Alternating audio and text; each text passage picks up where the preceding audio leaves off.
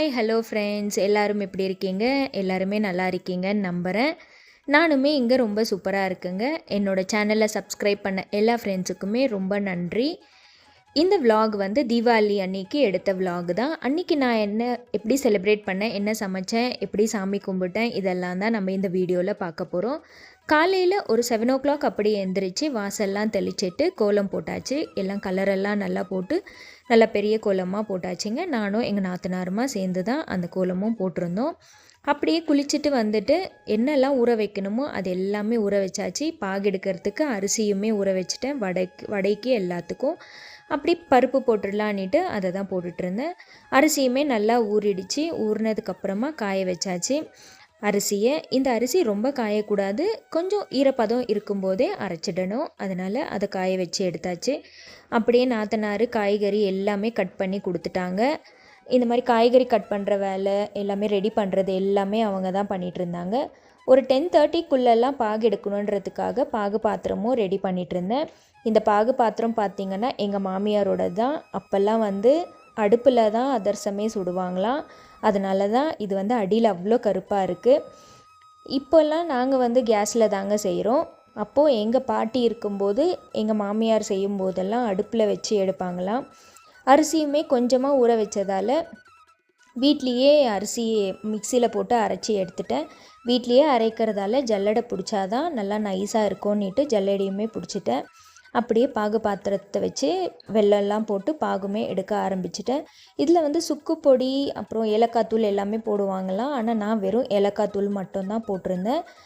பாகு நல்லா வந்ததுக்கப்புறமா அரிசியை போட்டு ஹஸ்பண்டை தான் கலர் சொல்லியிருந்தேன். எப்பயுமே அவர் தாங்க பாகு எடுப்பார். இந்த பதம் பார்க்குறது மட்டும்தான் நான். ஆனால் அவர் அரிசி போட்டு கிளறது எல்லாமே எப்பயுமே எங்கள் ஹஸ்பண்ட் தான் பண்ணுவார். இதெல்லாம் எடுத்து வச்சுட்டா இந்த பாகு வந்து நல்லா ஊறிட்டே இருக்கும். ஊறினதுக்கப்புறமா நம்ம அதிரசம் சுட்டோன்னா நல்லா இருக்கும்னுட்டு அதனால் 10:30க்குள்ளே இந்த பாகு எடுத்துடணும் அப்படின்ட்டு கொஞ்சம் சீக்கிரமாக அந்த வேலையை மட்டும் எடுத்து செஞ்சு வச்சாச்சு. அப்படியே சமையலுக்கு எல்லாமே ரெடி பண்ணியாச்சுங்க. உருளைக்கிழங்கு பொரியல், வாழைக்காய் பொரியல் எல்லாமே பண்ணி எல்லாம் ரெடி பண்ணி வச்சாச்சு. அப்புறம் ஒரு 12 o'clock ஆகிடுச்சு. சரி நோன்பு எடுத்துகிட்டு வந்துடலாம் அப்படின்ட்டு அதிரசம் சுடுறதுக்கு தான் மஞ்சளில் ஃபஸ்ட்டு பிள்ளையாரை வச்சுட்டு அதுக்கப்புறமா தான் வடை சட்டியில் எண்ணெயே ஊற்றினேன். ஏன்னா முதற்கடவுள் பிள்ளையார், அவருக்கு தான் வந்து நம்ம சுடுற ஃபஸ்ட்டு அதிரசம் கூட அவருக்கு தான் வைக்கணும். அதனால சின்ன பாலாக வச்சு சின்ன அதிரசமாக சுட்டு பிள்ளையாருக்கும் வச்சாச்சு.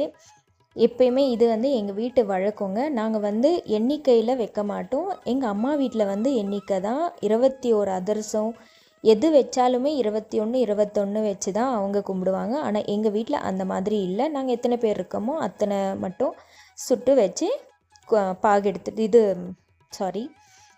நோன்பு எடுத்துகிட்டு வந்துடுவோம். ஃபஸ்ட்டு பிள்ளையாருக்கு அதிரசத்தை வச்சாச்சு. நான் பாகு எடுக்கும்போது ரொம்ப பயந்து தான் எடுப்பேன். அந்த அதிரசம் சுடுற வரைக்கும் என்னோடய ஷிவரிங் நிற்காது. அதிரசம் நல்லா வந்தால் தான் கொஞ்சம் மன நிறைவாகவே இருக்கும். அதே மாதிரி இந்த வாட்டி நல்லாவே வந்துச்சு.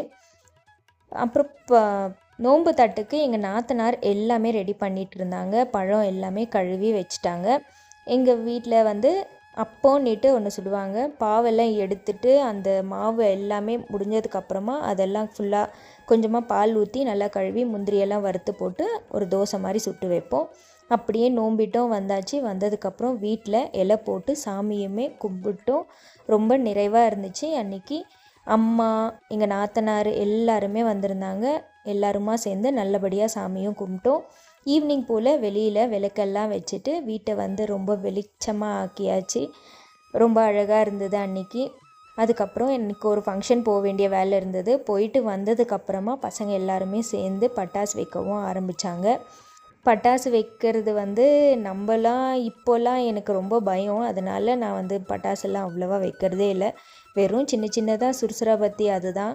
ஆனால் நான் சின்ன வயசில் இருக்கும்போது எனக்கே ஞாபகம் இருக்குது. ரொம்ப தைரியமாக பிஜ்லி பட்டாசை கையில் பிடிச்சி போடுவேன். அந்த வயசெல்லாம் திருப்பியும் வரவே வராது.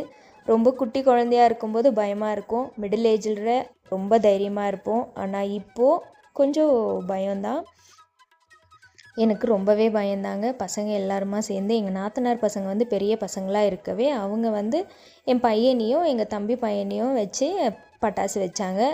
அவங்க இருக்கிறதால எங்களுக்கு கொஞ்சம் ரிலீஃபாக இருந்துச்சு.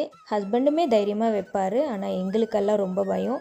வீட்டில் எல்லாருமே ரொம்ப ஜாலியாக என்ஜாய் பண்ணியிருந்தோம் அன்றைக்கி தீபாவளியை. நாங்கள் தீபாவளி அன்னைக்கு நோம்பெல்லாம் எடுக்க மாட்டோம். நெக்ஸ்ட் டே அமாவாசை என்றைக்கு இருக்கோ அன்றைக்கி தான் பார்த்துட்டு நோன்பு எடுத்துட்டும் வருவோம். அதே மாதிரி சின்ன வயசில் எங்கள் ஹஸ்பண்ட் நிறைய பட்டாசு வாங்கிட்டு வருவார். வீட்டு மேலேயே நிறைய வெடிப்போம்.